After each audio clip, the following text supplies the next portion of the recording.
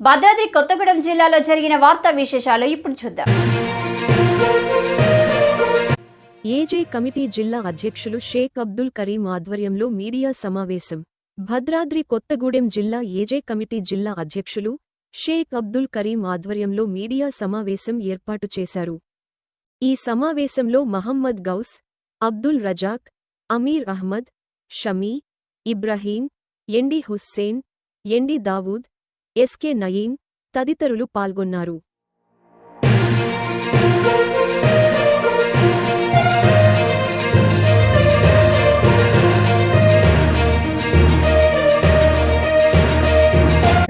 వేదిక మీద ఉన్న అందరు పెద్దలకు, మీడియా మిత్రులకు అందరికీ నమస్కారం.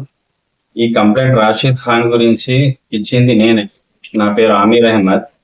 ఈ టర్మినేషన్ చేయడానికి నేను చాలా మంది దగ్గర తిరిగిన. నేను ఇచ్చిన కంప్లైంట్లు మస్జిద్లలో వెళ్ళి ఫత్వాలు మొత్తం తీసుకొని దీని అన్నిటికీ సహకరించింది మా ఏజే కమిటీ. వేరే మా మిత్రులు కూడా ఉన్నారు ఇక్కడ. ఆ మిత్రులు సహకరించిండు. ఈ లెటర్ ని ఫస్ట్ కలెక్టర్ గారికి ఇవ్వడం జరిగింది. కలెక్టర్ గారు ఏం చేసిందంటే ఎంక్వైరీ చేయమని ఎంఆర్ఓ గారికి పంపించారు. ఎంఆర్ఓ గారి మొత్తం గ్రౌండ్ వర్క్ నుంచి ఎంక్వైరీ చేసి మళ్ళా కలెక్టర్ గారికి ఇది ఏదైతే అమీర్ అహ్మద్ కంప్లైంట్ ఇచ్చాడో, ఇతను నిందలు ఏదైతే వేసాడో ఇవన్నీ కరెక్ట్, నిన్న దగ్గర ఏదైతే ఎవిడెన్స్ ఉన్నాయో ఆ ఎవిడెన్స్ చూసి వాళ్ళు టర్మినేట్ చేయమని కలెక్టర్ గారు రాశారు. కలెక్టర్ గారి తర్వాత మైనారిటీ వెల్ఫేర్ ఏవైతే డిపార్ట్మెంట్ తెలంగాణకి ఏదైతే ఉండదో ప్రిన్సిపల్ సెక్రటరీ గారి దగ్గర పంపించడం జరిగింది. ఆ ప్రిన్సిపల్ సెక్రటరీ గారు వాళ్ళు కూడా మంచిగా ఎంక్వైరీ చేసి కలెక్టర్ గారి రిపోర్ట్, ఎంఆర్ఓ గారి రిపోర్ట్ మొత్తం చూసిన తర్వాత నా ఏదైతే ఎవిడెన్స్ ఉన్నాయో అవి కూడా పరిశీలించిన తర్వాత వాళ్ళు అతనికి 22 ఆగస్టుకే టర్మినేట్ చేసేయండి అన్నట్టు జీవో నెంబర్ 72 ద్వారా ఈ లెటర్ వాళ్ళకి ఇవ్వడం జరిగింది. అంటే ఇక్కడ కలెక్టర్ గారికి పంపించిన తర్వాత కలెక్టర్ గారి ఆఫీస్ నుంచి రషీద్ కి 2వ తారీఖుకి తీసుకొని వచ్చి బై హ్యాండ్ గా రషీద్ కి ఇచ్చేసారు. దీనికి మెయిన్ ఏంటంటే ఇప్పుడు ఏదైతే పెళ్లిళ్ళు జరుగుతాయో 2వ తారీఖు నుంచే కానీ 22వ తారీఖు నుంచి ఆయనకు ఖజాయత్ ఏదైతే ఉందో అది టర్మినేట్ చేసినందుకు ఇప్పుడు ఆయన ఖాజీ కాదు. ఈ మన కొత్తగూడెం ప్రజలు పరిసర వేరే 7 మండలాల ప్రజలు ఎవరైతే ఉన్నారో వాళ్ళు తెలుసుకొని అతనికి ఈ ఖజాయత్ది రెస్పాన్సిబిలిటీ అనేది లేదు అనేది గమనించి వేరే ఖాజీలు కూడా ఉన్నారు మన కొత్తగూడెంలో, పాలంచలో కానీ చంద్రగుండలో కానీ, వాళ్ళ ద్వారా వాళ్ళ దగ్గర పుస్తకాలు తీసుకొని పెళ్లిళ్ళు ఎవరైనా ఉంటే మన దగ్గరలో ఉన్న ఇమాములు ఉంటారు కదా, వాళ్ళ దగ్గర పెళ్లిళ్ళు చేసుకోవచ్చు. ఇక్కడ నాకు ఎక్కువ సపోర్ట్ చేసింది మన ఏజే కమిటీకి నా తరపు నుంచి హృదయపూర్వకంగా ధన్యవాదాలు తెలుపుతున్నాను.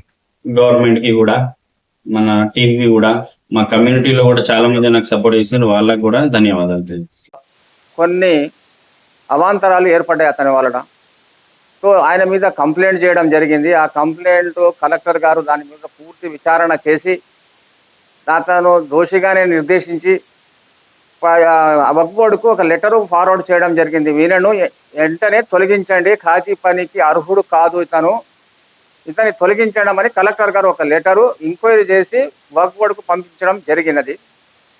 దాని తదనంతరము వక్ఫ్ బోర్డులో ఈయనకు ఖాజీగా అర్హుడు కాదు అని తొలగించడం జరిగింది. జీవో నెంబర్ 72 రిలీజ్ చేసి ఆగస్టు 22న డిలీట్ చేసిండ్రు. ఇక్కడ మన డిఎండబ్ల్యూ గారు అతనికి 2వ తారీఖు రోజు లెటర్ ఆయన చేతికి ఇవ్వడం జరిగింది. ప్రస్తుతానికి ఆయనే ఖాజీ కాదు. ఇక్కడ ఖాజీ కానీ ఎవరన్నా మన ముస్లిం సోదరులు ఎవరైనా ఉన్నా కూడా మోసపోయి ఆయన దగ్గరికి పెళ్లిళ్లకు కానివ్వండి, భార్యాభర్తల పంచాయతీలకు కానీ అతని దగ్గరికి పోవడానికి వీల్లేదు, పోకూడదు. చట్టరీత్యా నేరం. ఆయన ఎట్లాంటి చర్యలు చేయడానికి వీల్లేదు, ఎలాంటి పనులు చేయడానికి వీల్లేదు. ప్రస్తుతానికి వేరే ఖాజీతో ఏమైనా పెళ్లిళ్ళు వగేరా ఉన్నా కూడా వేరే ఖాజీని ఏర్పాటు చేస్తాం, త్వరలో ఏర్పాటు చేస్తామని డిఎండబ్ల్యూ గారు హామీ ఇవ్వడం జరిగింది. అది కూడా 2-3 రోజుల్లో ఏర్పాటు చేయాలి సార్, అది 2-3 రోజుల్లో ఏర్పాటు చేయాలి సార్ అని చెప్పడం జరిగింది. చేస్తాము, పంపిస్తామని చెప్పడం జరిగింది. డిఎండబ్ల్యూ గారికి, కలెక్టర్ గారికి కూడా మా యొక్క విన్నపం ఏంటిదంటే వచ్చే కొత్త ఖాజీ గారికి కూడా వయసు, విద్యార్హత, అనుభవం ఈ మూడింటిని దృష్టిలో పెట్టుకొని ఖాజీ గారిని మాకు అపాయింట్మెంట్ చేస్తే బాగుంటుందని, ఇలాంటి వయసులో ఉన్న వాళ్ళకు, అనుభవం లేని వాళ్లకు మళ్ళీ ఖాజీగా ఇస్తే ఇలాంటి ప్రాబ్లమ్స్ ఏర్పడి చికాకులు అయ్యే ఆస్కారం ఉంది. కాబట్టి ఈ మూడింటిని దృష్టిలో పెట్టుకొని కలెక్టర్ గారికి, డిఎండబ్ల్యూ గారికి మరీ మేము విన్నవించుకునేది ఏంటంటే, ముఖ్యంగా వయసు, అర్హత, విద్యార్హత, అనుభవాన్ని బట్టి ఖాజీని ఏర్పాటు చేయమని చెప్పేసి విన్నవి చేస్తున్నాం. అది కూడా త్వరలో చేస్తే బాగుంటుంది అన్న యొక్క విన్నపము. ఈ రోజు నుండి 2వ తారీఖు సెప్టెంబర్ 2వ తారీఖు నుంచి రషీద్ ఖాన్ అనే ఖాజీ గారు మాత్రము ఖాజీ నుంచి తొలగించబడ్డాడు. ఆయనకును ఖాజీకి మనకు ఎలాంటి సంబంధము లేదు. కాబట్టి ఇది అందరూ మా ముస్లిం సోదరులందరూ కూడా గమనించాలని మా యొక్క మనవి.